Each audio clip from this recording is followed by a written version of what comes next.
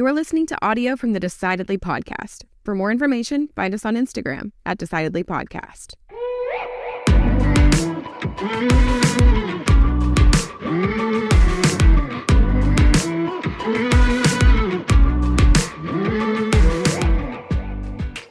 Can you think of a time when you were outside or in nature where you really noticed that you had this sense of connection? Yeah. I mean, every time I go, every time I am in nature, but the biggest was when I was like a junior or senior in college, and I went to Colorado to go hike by myself. And I went out like first day in this beautiful mountain. I mean, it's totally secluded. I was the only one on the trail. Massive mountain that I'm going to go hike, bigger than anything I've ever hiked before. I mean, still a one-day hike, but, it was a really big deal for me. And, I knew it was going to take me 12 hours, something like that. And I got up almost above the tree line, and I can now see the other mountains and see the valley and see maybe that's where my car was, somewhere down there, but I can't see the car anymore. Right. And I just started like crying. It's like, man, this is just so pretty. For me, it was a time we were in Alaska. So you and I were in Alaska. We had finished some ice climbing up on the Davison Glacier, and we had kayaked across this inlet and drug the kayaks into the woods, and then hiked up to the foot of this glacier. And we had been there for a few days, and we were coming back. So when we come back, we get to the place where our kayaks are, and we're going to kayak back across this inlet over to the other side where the car was and everything. And the swells in the bay were just impassable. Yeah. And there was zero chance we were going to make it across this. The kayaks would have flipped. The kayaks were absolutely 100% going to flip us into the freezing cold water. And so it was just me and you and the guide that we had. And so he said, all right, well, let me work on preparing you guys for how you right the kayak when you flip, because you certainly we're going to flip. And I said, well, how about we use your satellite phone and we call somebody with a really big boat to come get us? He said, yeah, that's probably a good idea. So he called, and he comes back a little bit. He says, all right, so I have good news. Somebody can come get us. I said, oh, that's great news. He said, they can be here in about 8 hours. And I said, oh no. I mean, that's horrible. That seemed like that was bad news to me. Yeah. And there was no chance it was going to get dark, because we were there during the summer. So it was light all the time. And so I'm really upset. I'm kind of pissed at this situation. And I sit there and I'm watching the swells, and I start to notice that there's whales and, breaching in the bay, and there's eagles landing. And I realized that we were in somebody's screensaver. Yeah. The beauty of that space was just beyond compare. And I hadn't really paid attention to it. And we were stuck on this little beach with nobody around all day. We couldn't move. And I feel like, in a sense, that was purposeful. That was supposed to be what happened that day. And I started to really connect with the beauty that was around me, and I had been ignoring it before. Yeah, God puts us in situations, whether they're beautiful, serene, Alaskan mountainside, screensaver-esque places, or places that don't seem pretty, that don't seem fun. But he'll place us in those, and no matter how hard we fight, we're not going to get out until he's ready for us to leave. And they're always there to teach us something. So the only option we have is to be grateful, to praise God, and to be thankful for the opportunity to be exactly where he wants us to be at that time.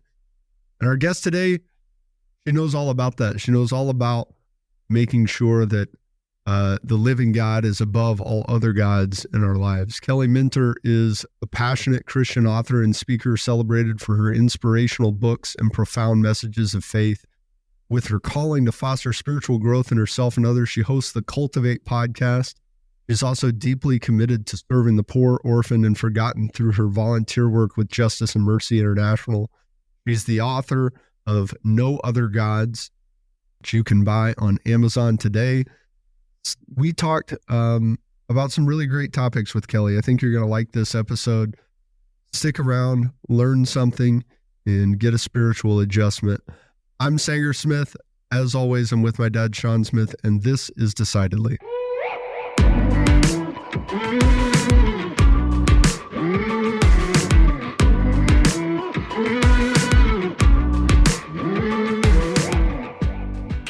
And Kelly, I'm ready for all of the questions that you have for us. Whenever you're ready. We're going to be here a little while.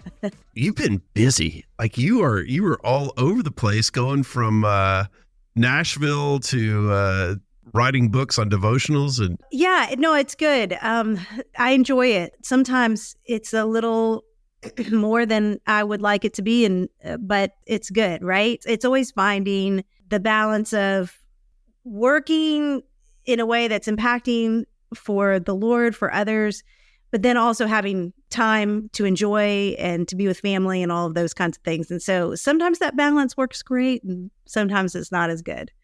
Now, as you all know, as everybody knows, right? It's hard to get it right. Yeah, I know what you mean. You grew up in Virginia? Yeah, right outside of Washington, D.C. So that's my problem right there. At D.C., it was fast and busy and crazy and pressed all the time. And so I grew up in that environment where everybody was just climbing and it was just a mad race around the Beltway. Then I got to Nashville and I was like, wow, everybody's really chill and happy here. What's going on? That is one end of the spectrum to the other, I would imagine. Yeah. And now, granted, it was a totally different city 22 years ago when I moved here. I mean, Nashville now is kind of rivaling any other city as far as that is concerned. But yeah, I think that, I don't know, that I think that my upbringing in that fast-paced, talking about wealth, talking about health, all of it, it was the cutting edge of all of it. I think that influenced me quite a bit. What took you to Nashville? Music. So I was, nobody else comes here for music. I was one of the only ones. And you had that competitive advantage. You're sort of a pioneer, you might say, right? Right. I know. It's like, who moves to Nashville for music? But yeah, so I had signed a record deal 23 years ago and moved 24 years ago, moved to Nashville to pursue a career in music, which is a whole story in and of itself. But so what is that like? That's how I got here. What's life like when you're searching for the record deal? Did somebody stumble into a bar here and you play and go, oh my gosh, we found the next great talent, Kelly Minter, or was this a hustle that you were grinding out for a long time? Both, but it's always a hustle, right? It's always a grind. And so I don't think it's any other way ever, but no, I was hitting it really hard, working really hard at it. And you say you're hitting it hard. Like, are you like traveling around the Virginia area playing shows? What was going on? Yeah. Like Virginia, Maryland, DC, regionally. And then occasionally would maybe get asked to do a church thing or something. Yeah. So I was, just doing every coffee shop, every venue I could find to play. And I had done a demo recording, and a friend of mine got it into the hands of an A&R at a record label here in Nashville, who I actually just saw 2 weeks ago, which was really fun because I hadn't seen him in years and years. But he flew up to Maryland at a coffee shop and heard me perform and felt like he wanted to sign me, but felt like there was more development that needed to take place. And so he signed me to kind of like a development deal. And I don't think I actually signed a record deal with him for another couple of years. So, it's a slow process. And then you get the developmental deal. Do you move to Nashville on that, or do you move to Nashville on the record deal? Well, you can move anytime you want. Well, sure. I'm saying, did you? I'm saying, did Kelly?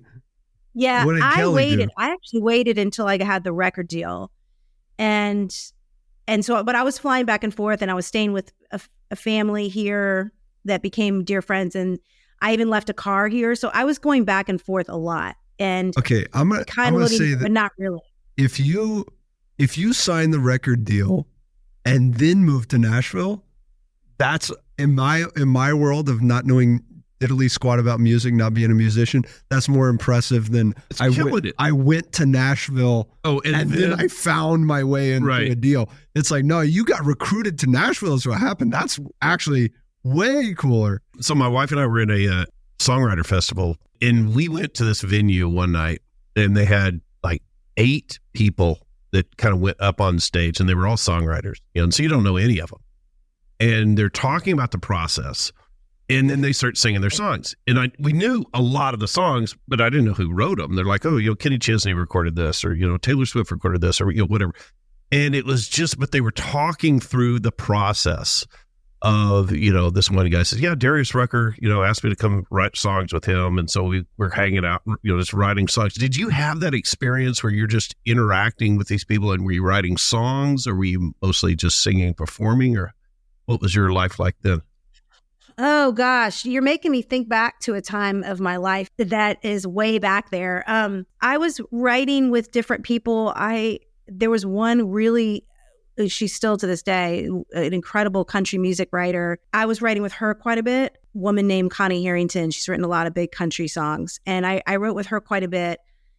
And then, a few of the other artists, some Christian artists that people may or may not know of today. So it was really cool, but it was the absolute quintessential experience of trying to make it, trying to okay, if I can get this deal, if I can be successful, life is going to be great and life is going to matter, and I'm going to have all the things that make life worth it. That was kind of the carrot that was hanging out there. And it was like an 8-year process of going from record deal to record deal to record deal. Because what I didn't tell you is that as soon as I moved to Nashville, after I'd signed the record deal, the guy that signed me got moved out of A&R to another department in the record company. My label got bought and sold by AOL Time Warner, and pretty much all of their new artists were dropped. No, so this falls apart this falls apart super fast. And after I'm here, then I signed another record deal, and then that company went bankrupt, and then I signed another record deal, and it was you're starting to think it's you, maybe you're just bad luck. Yeah, right. It definitely was me. It definitely was me. But it was interesting because I like I said, I saw this guy, Bubba Smith, amazing guy that brought me to Nashville. We probably met 25 years ago, and I hadn't seen him in forever. And I ran into him a couple weeks ago, and he's like, Kelly, I'll never forget meeting you for the first time at that coffee house in Maryland. And I knew right then that we were going to work together, and I knew that God had something special for you. And he said, and I thought it was music. And I was like, well, so did I. I mean, what else would it have been? I mean, you're a record label guy, but he's like, now all these years later, I realized it wasn't about, I didn't help get you to Nashville for music. It was about for what you're doing now. And I said, 100%. But that part of the chapter didn't unfold until much, much later.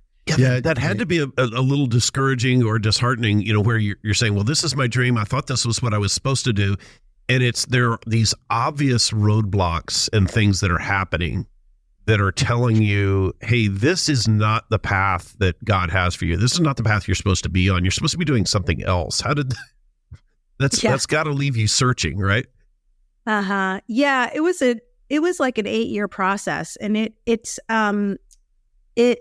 the thing is that it's just hard, right? You don't know that it's not what God wants you to do. All you know is that this is just hard, and I don't have any money, and everybody else is having success and I'm not. And what do I do? And I still love this. This is still my passion. I still think I'm good at this, and so you just keep trying and you keep trying and you keep trying. And it got to the point where then you start feeling like you're losing ground, because it's like, okay, well, now I'm 6 or 7 years down this road. If I decide this isn't what I want to do, I can't just hop over on a parallel track and be 7 years ahead in another career. Right. You're starting from zero. You're starting from zero on something else. Yeah. So it was a very hard time. But what I realized is that the Lord was working out stuff in my heart that I had made a career in music, and the money and the fame and the friendships and all that stuff. I had made that into, really, it was this idolatry. It was like I didn't believe that Jesus was sufficient and that what he had for me was sufficient. Functionally, I was putting my hope and my trust in these other things, even though, I was definitely a Christ follower. What were the things that you were doing that made that evident? So as you look back now, you can think, hey, these are the things that I was thinking, feeling, doing that make it so clear now that I can see it from the other side, that I wasn't prioritizing God in my life, that I was making an idol out of this career. Mm-hmm.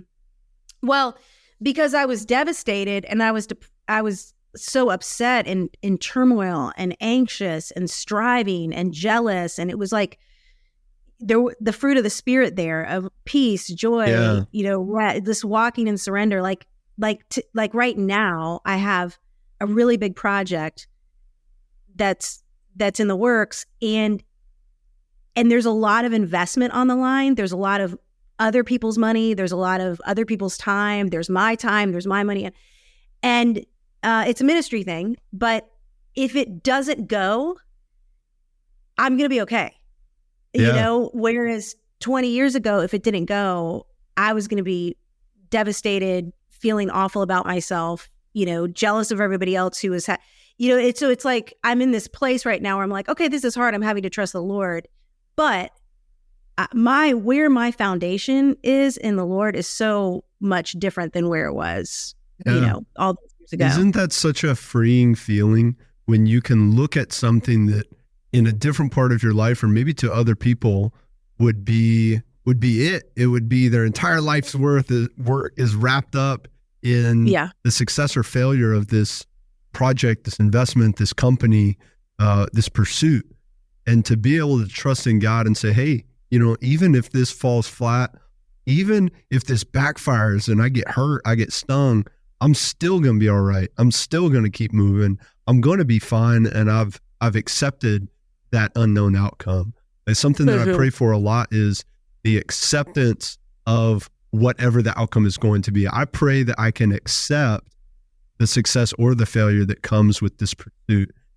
Because that's what it means to transfer that worry to God, to give our struggles over to Jesus, is to say, even if this doesn't work, I've accepted it. I'm not writhing in it. I'm not wishing it were different. I'm not asking God why. And I think a lot of people who are not, that is really hard to understand for our modern culture, that you, Kelly, could pursue something important to you, but be at peace with the outcome. A lot of times people say that's indifference. That means you don't really care. You're not as motivated. How could you not really want this? It sounds like you don't want it to work out. It's like, no, I do want it to work out, but my want is not greater than God's want. And if God wants it to not work out, it's going to not work out, and that's going to be okay with me.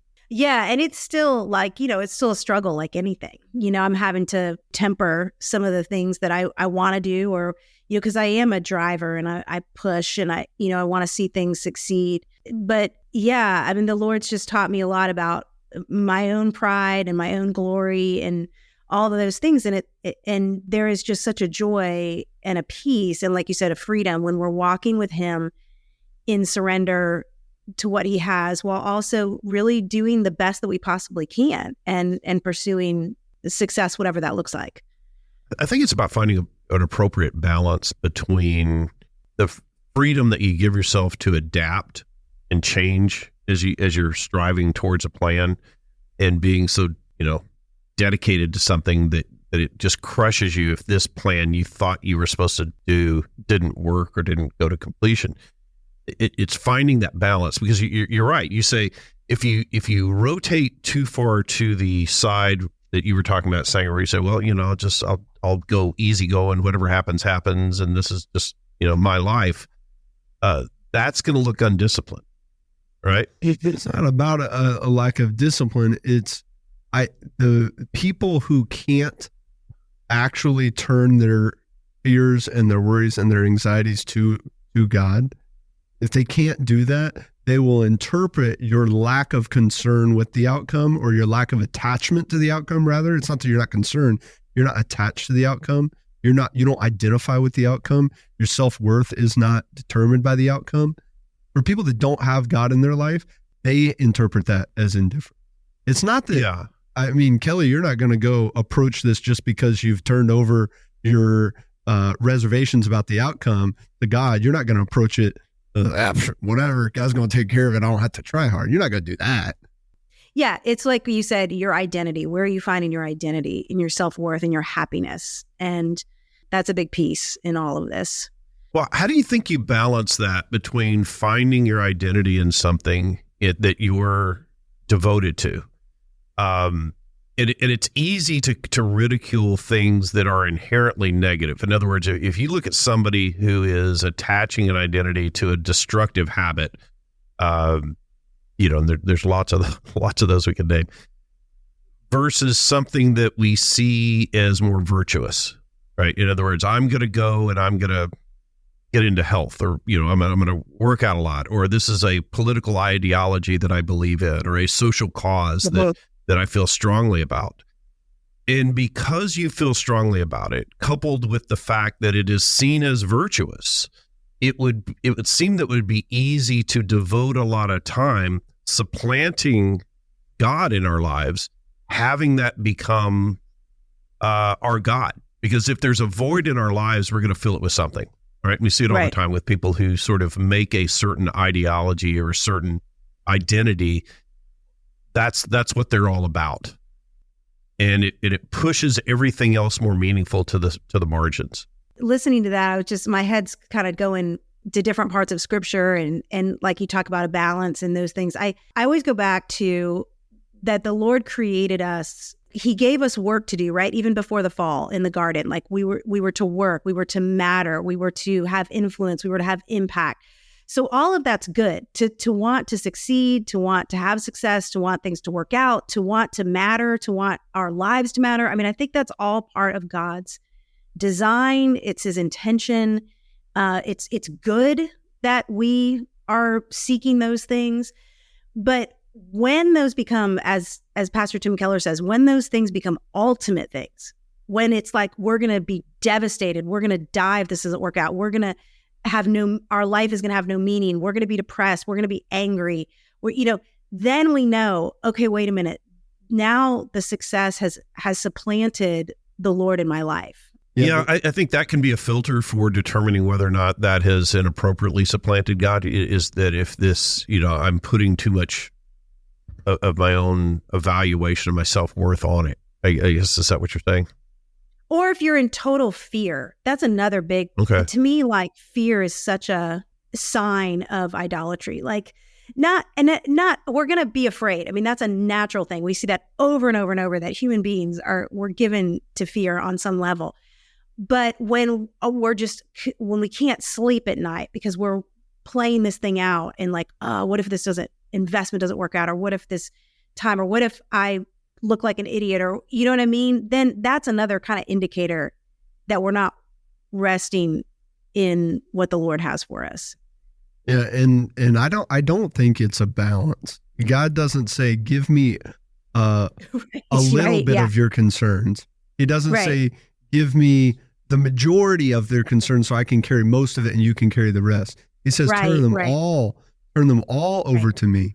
And you have to do that in order to achieve true peace, is you have to say, I am 100% detached from this outcome. And to your point, Kelly, will I maybe as a human with flaws, as a sinner, I'm not able to always or even ever completely detach 100%, completely give 100% of my worry. It's an aim. It's like, I want to be like Christ. I'm never going to be Christ. I'm never going to be perfect. But it's something to aim at. And we have that within our business, right? I'm going to set a BHAG. Maybe I can never, ever actually get there, but it's an aim. It's the biggest aim I can think of. No, it is. There's some balance. I mean, if you're missing. Are you saying you don't care if you reach your goals? That's not what I said at all. Well, that's not what I'm saying either. No, it's not balance. You've got to have a balance, man. Okay. I'm not saying it's 50-50 balance, but there is some component of mattering of having some concern about what the goals are that you reach. You can't just go through life saying, "Oh, I don't care," whatever happens. It's not about not if what you mean by not caring is not pursuing them fervently, then no, I don't say don't care. You should really care. You should pursue it wholeheartedly. Right. But that's not what I said. I didn't say don't care and don't pursue it. I didn't say don't pursue it. I said don't attach your identity to the outcome. Don't worry about the outcome. Don't focus on the outcome. If you focus on the pursuit, hey, I'm going to do this and I'm going to pursue it 100%. If it blows up, it could blow up due to a number of reasons outside of my control. It could blow up because, if I'm trying to build this beautiful, amazing business and we're going to serve the poor and we're going to, we're going to save puppies and we're going to do everything that is good and true in the world, and the business still fails. Well, why'd the business fail? It could have failed because of natural disaster. It could have failed because of economic crisis. It could have failed because of things so much bigger than anything that I could have handled. So I can't look at it and say, well, this is the testament of my faith in God is whether this business succeeds. This is, God's going to bless me with this success because I'm pursuing him relentlessly. No, when I was talking to a friend of mine, a business owner, about my own company, and I said, well, we're trying to achieve these goals and this goal. He goes, why are you nervous about it? I go, I'm not nervous that it's going to happen. He goes, wait, so you're not confident? I go, no, I guess I'm confident, but I'm not like confident that it's going to happen. I'm confident it's a good aim, but I'm not confident that it's going to happen. Well, do you not trust that God will provide for you? I go, I trust that he will provide, but you're totally misinterpreting what it means to provide. God's not necessarily going to give me a successful business. God doesn't promise us anything like that. And so for us to focus on the outcome, that's not what God calls us to do. I mean, obviously we're going to care about that outcome. And even if the outcome is super disappointing. See, that's my point. I think it's about, but Kelly agrees with me. You're not listening. Kelly agrees with me. I'm with Sanger on the sense that you're not. You're right. It's not balance on this a little bit of trust here. I think what it is, it's full trust in the Lord. Even if there's disappointment, like I'm going to be disappointed if this thing that I'm working on doesn't reach the goals that we have. I'm going to be disappointed. I'm going to be bummed out. I'm going to be sad, but I'm going to be talking to the Lord about that. And I'm going to be giving him my sadness. And I'm going to, Lord willing, if that's what happens, trusting him in it. It's sort of like, is it in Habakkuk, I think, that says okay, even though there's no grapes on the trees and no olives on the olive branches and stuff, but still I will praise the Lord. So that's a disappointment on we're disappointed that this hasn't borne fruit, but we're still going to praise the Lord. We're not going to just completely fall apart.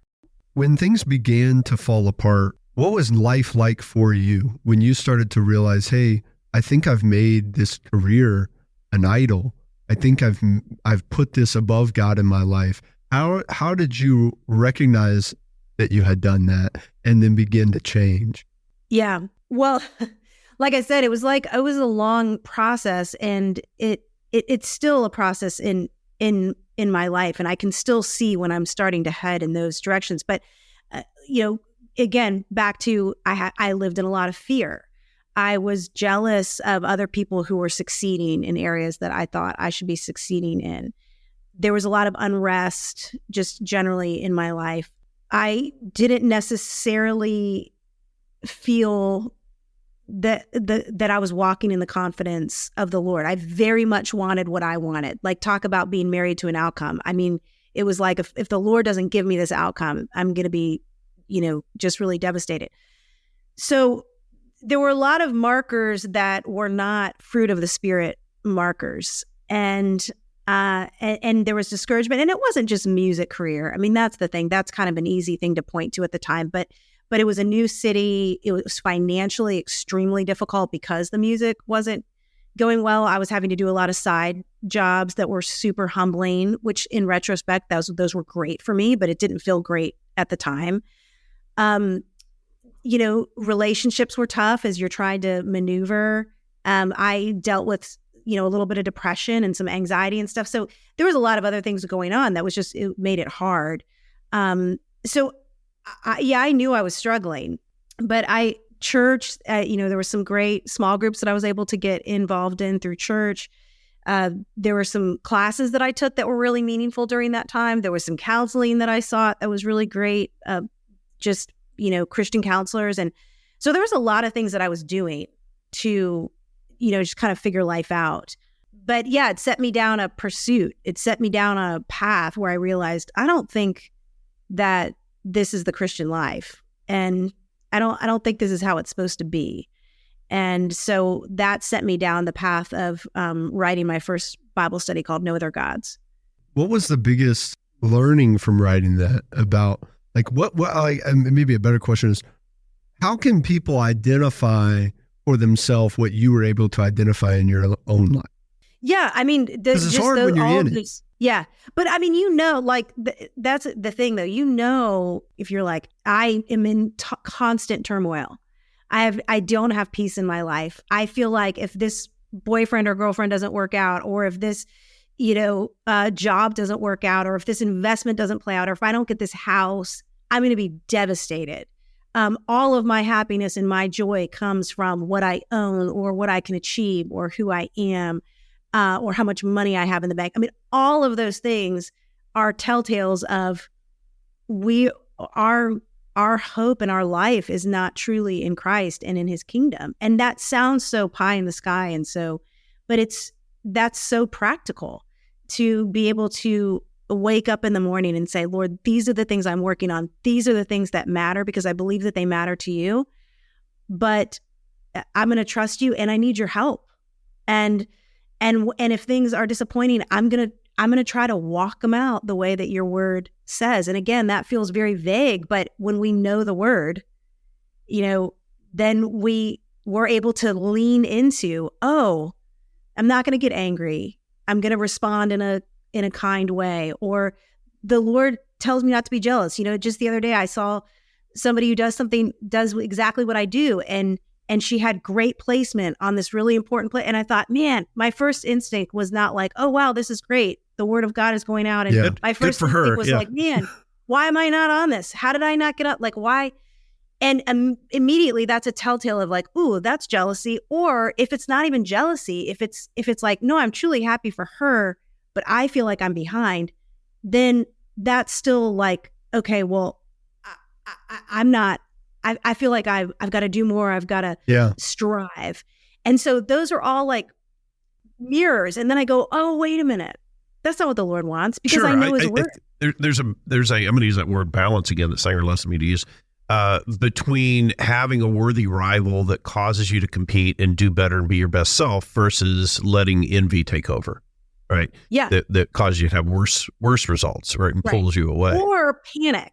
Like, because when I really dug into it, I'm like, no, I really like her. I want her to succeed. And I love that she writes great studies. I want this to go. But I was also feeling like a panic, like, ugh.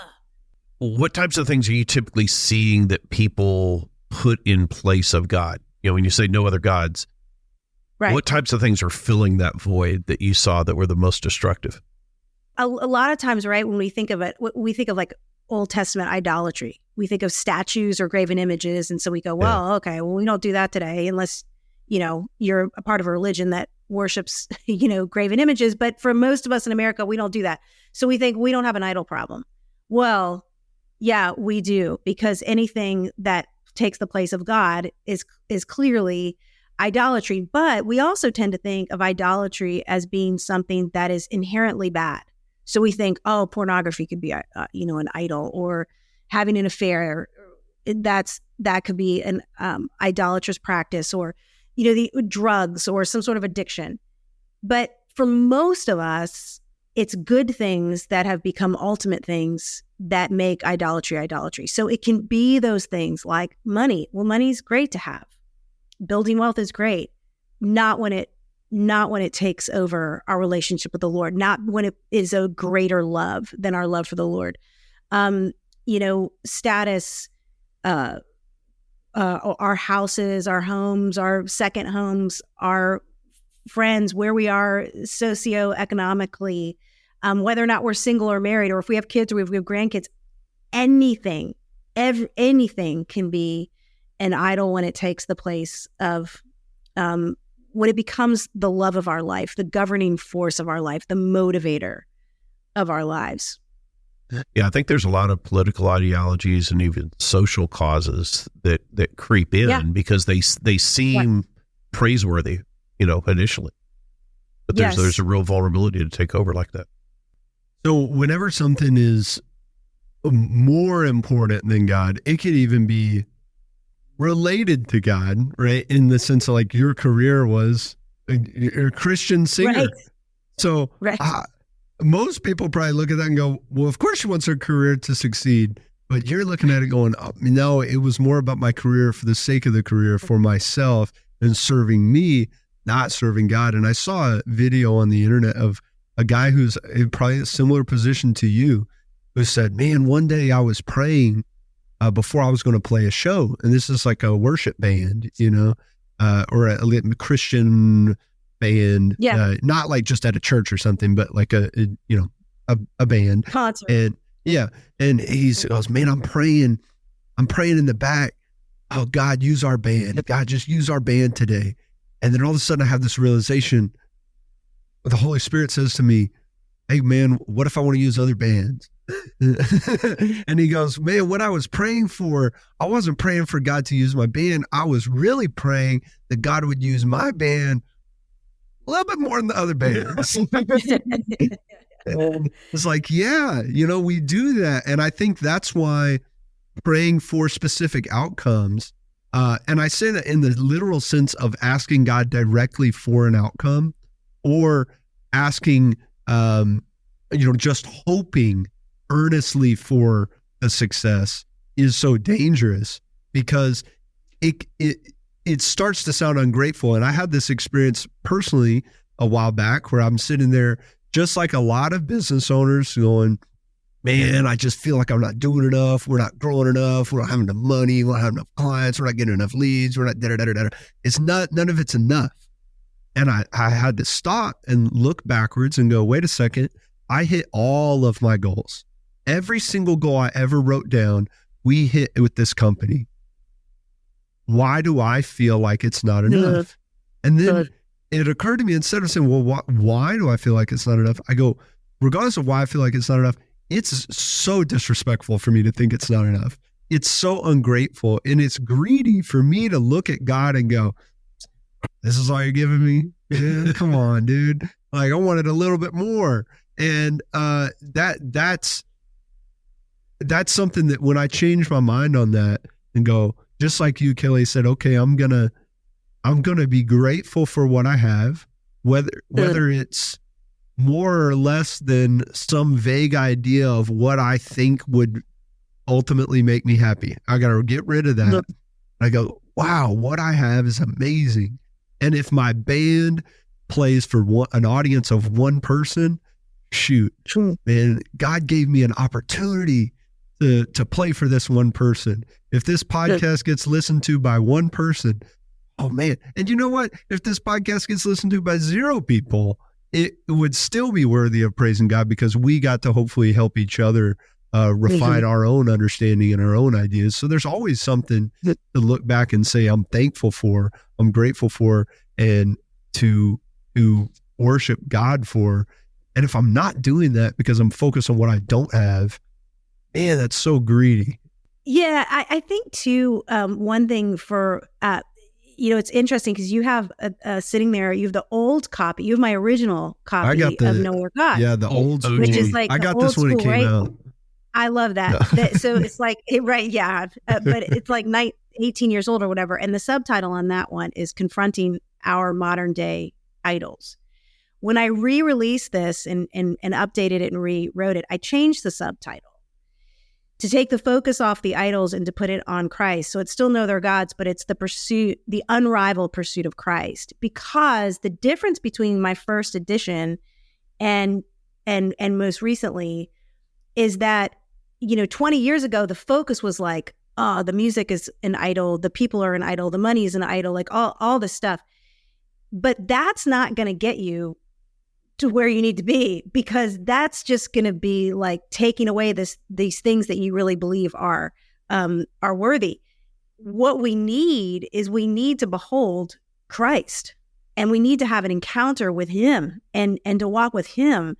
And then those idols become not so important. And I think that's what really changed for me.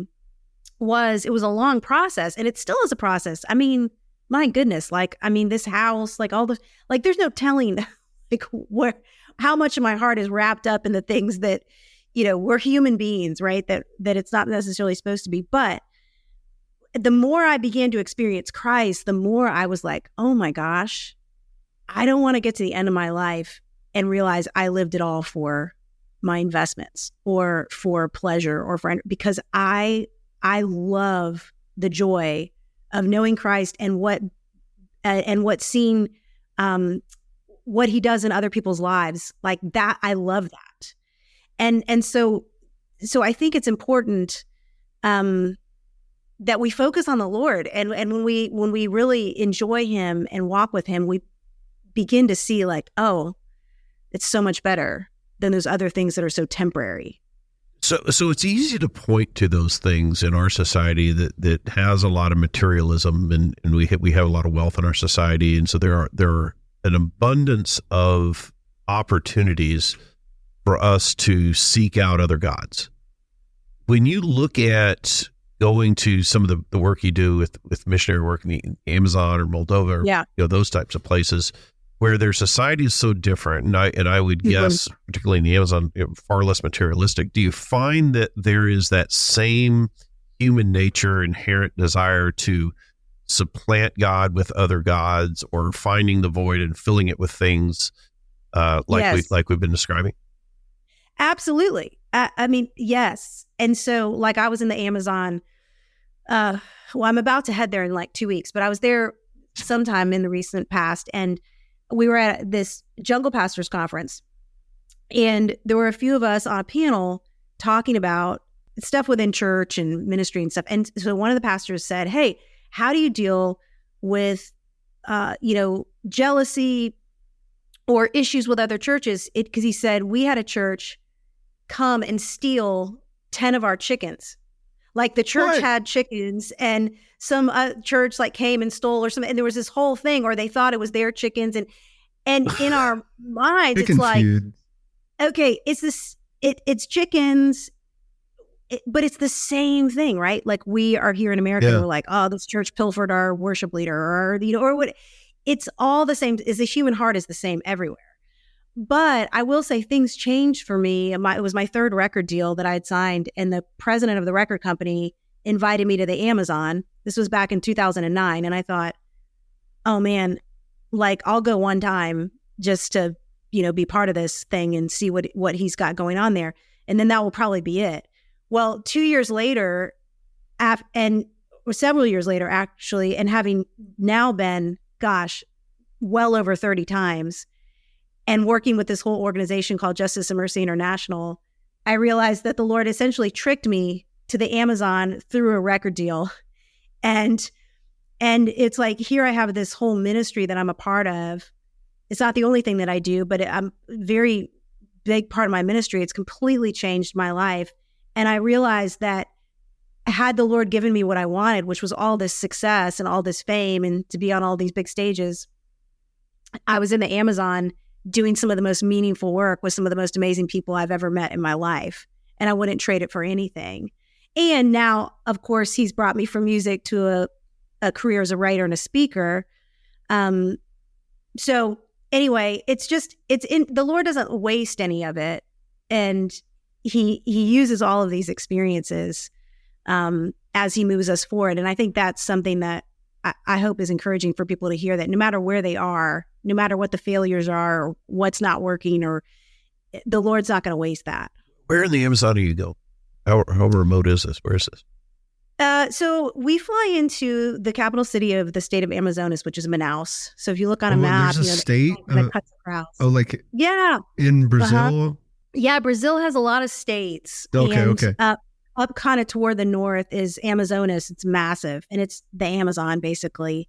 And so Manaus is the city, the major city there. We fly into there. We get on a boat, and then we have villages that we minister to all over the Amazon and some of the other rivers as well, where you have to take like a small plane to get to, which I've done once.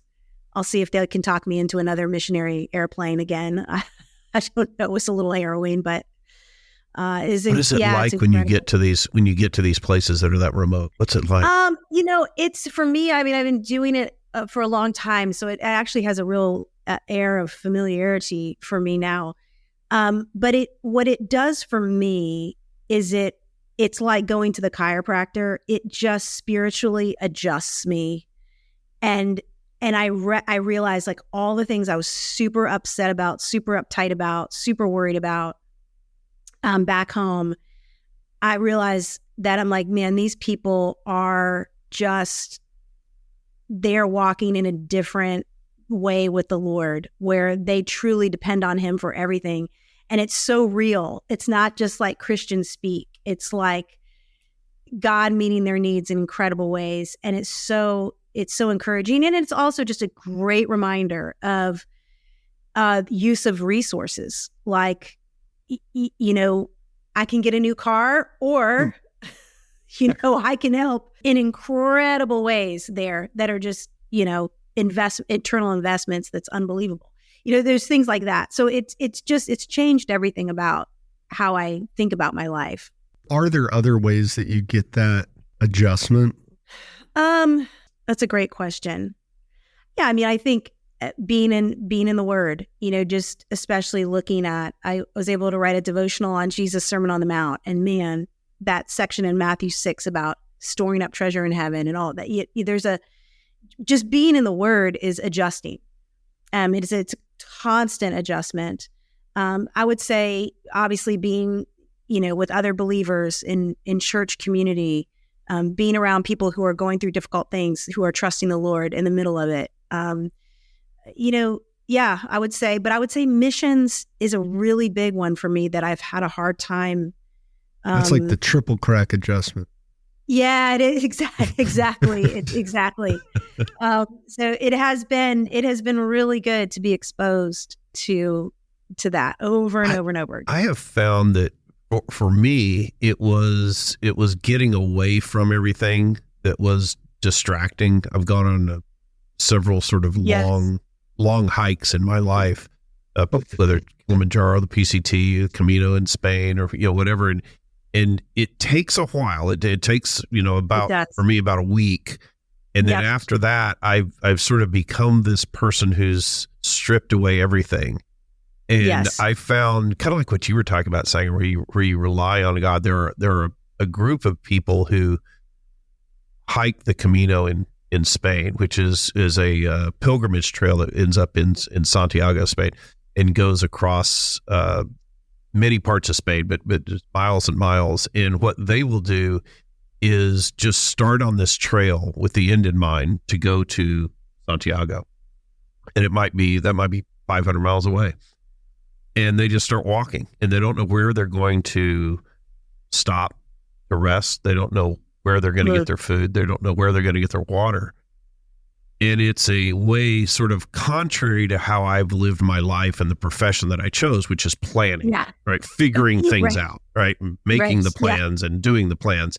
And this was so foreign. So I would come across these people and say, oh, where are you staying tonight? They're like, I don't know, well, how far are you going? Oh, we'll see, what happens. And it was it was really enlightening to me. And that whole journey was about exactly what you're describing, Kelly. It's just sort of letting that happen and not putting other things in front, and trusting that there will be a providing avenue wherever they come. Yes. Which that's how so much of the world lives, that, you know, so many Christians live other places, is that day to day. And yeah, it's a different thing. I would think that the people that you come across in the Amazon are in that sort of mindset more often than what we have the privilege to be in our society, because of the amount of things we're provided, the amount of opportunity we have, and options that we have. And when you don't have that, when you're in somewhere like, you know, the Amazon, it really is, in a way, a blessing, I would think, in that you are living a life that requires a higher degree of faith than what we could probably imagine. 100% it does. But as a result, there's a lot of peace and a lot of joy. And I remember asking this one pastor, Pastor Cosme, and I said, he was talking about food and how sometimes it's really hard to get food depending on the level of the water and stuff. And I said, Pastor, I was like, what do you do about food? And I'll never forget it. He looked at me and he went, and he just pointed up, and then he looked back at me like, what do you mean? Like, the Lord provides. Like, he provides. And, you know, back to Matthew 6, where Jesus says, look, the birds of the air, they don't sow, they don't reap, they don't store in barns, and yet your heavenly Father takes care of them. And to me, the sowing and the reaping and the storing, that's what we're pros at in America, right? We get a good college education, and so we work hard and we reap, and then we invest wisely and we put it in barns, and so Jesus is saying the birds don't have that capacity. Not that it's bad to plan, not that it's bad to store, but they don't have that capacity, and yet still your heavenly Father meets their needs. And so that's very countercultural to kind of how we live. And I still, like, I plan, I invest, I save, all of those things, but ultimately, you know, that's not where my hope is. It is a good thing to plan for the future and to have a future that you imagine. I'm not advocating that you don't, but there's something that we should learn about living day to day, about focusing on the intentional aspects of survival that are in front of us. And there's a lot of evidence that shows when we spend time in nature for up to 2 weeks or more, for 2 weeks or more, that our stress levels permanently decrease. Like, our baseline stress level permanently decreases. So that's a lifetime impact. Now, that's not like going to Denver and like going for a hike most afternoons for 2 weeks. I'm saying, like, you're out in the middle of the Amazon and there's not a building or a car with an engine that you see for 2 weeks. That's the type of in nature that we're talking about. And it has a massive impact. The immediate impact in reduced stress is massive, but the increase over the time that we return back to, you know, quote unquote when civilization never reaches back up to that baseline that we were at before. And that's so powerful. And when I think of like, how is that the case? Why is that possible? God reveals himself to us in two ways. One is through the written word, and two is through his creation. So spending time in nature is an act of worship in and of itself. Spending time in nature is getting to know God. It is seeing God to see what he's created. And so when we do that, when it started to make so much sense to me that, of course, when I go spend time in the mountains or on the beach and I'm in nature, I'm not just like around a pretty place, but I'm in nature, I'm allowing God to reveal himself to me, and I'm doing it for 2 weeks. Well, of course I'm going to be less stressed out, you know? I try, when I do that, I try and, because I read something somewhere and I don't have all the details on it, so I can't remember exactly, but I try and touch the ground. In other words, just be on the ground. You don't realize how, like right now, we're not on the ground. We're in this building, and, you know, we're not even on the ground floor. No, we're not. But just being on the ground and connecting. There's a term in Japan, I think they call it forest bathing. I think where they go through the forest and the trees kind of, that they say, release some chemical that connect with you. And there was a study, I was in Africa, and this guy was talking about how the giraffe would go up to these grove of trees. And he goes, you notice how the giraffes eat on the windward side of the grove of trees. In other words, they'll get to where the front of the grove touches the wind rather than at the end where the wind has gone through the trees. He goes, you know why they do that? Because when they start eating the trees communicate with each other. And the wind carries this communication and releases a toxin. Oh, yeah. So they'll eat from the trees and release that. And so the trees yell at each other, say, hey, there's giraffes eating us, release the toxins. Yeah. So there's a lot more that we don't understand about nature, but it's amazing to be out there. And I imagine you get to do it when you go to the Amazon. Oh yeah. I love it. I love it. Yes. Yeah. It's very restful. So, Kelly, what would you say would be your final decision-making tip for business owners based on what we've talked about?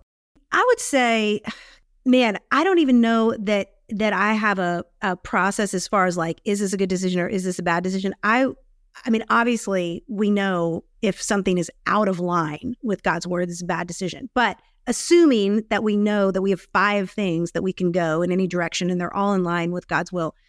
What I try to do is just have my heart be in the right place and be in the right posture and say, okay, Lord, I have these options. They're all good options. I don't really know which one is the right one. I want to do what glorifies you, and I'm going to move forward in the one that I think is the best that's going to do that. Stop me if I'm in the wrong place. Otherwise, I'm just trusting you. I mean, I think there's freedom there, and I don't think there's always just one option. But instead of looking so much at the decision, I look at, Lord, am I in the right place with you? And if I am, I'm gonna move forward.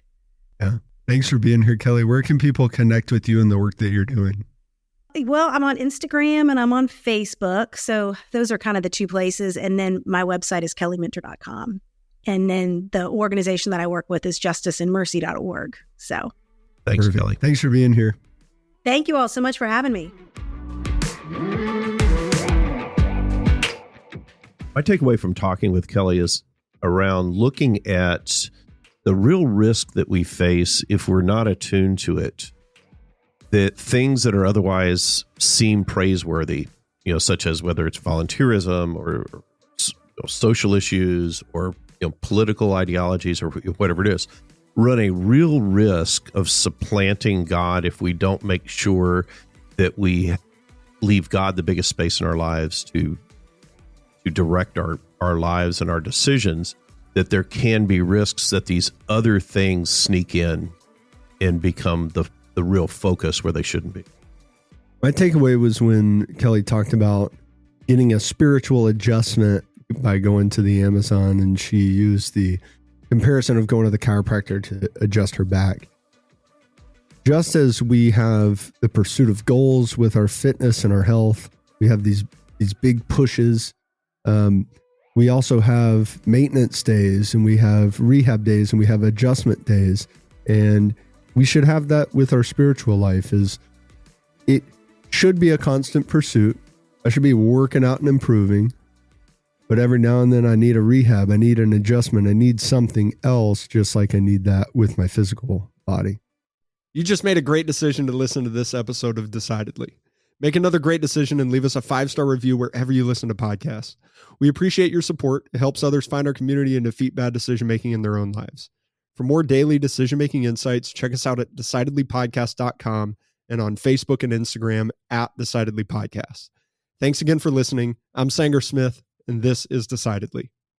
Insights, advice, and comments provided by Shawn Smith, Sanger Smith, and speakers identified as part of the Decidedly podcast should not be considered recommendations. Speakers not identified as members of Decidedly are expressing their opinion, and their statements should not be construed as reflecting the views of the Decidedly team.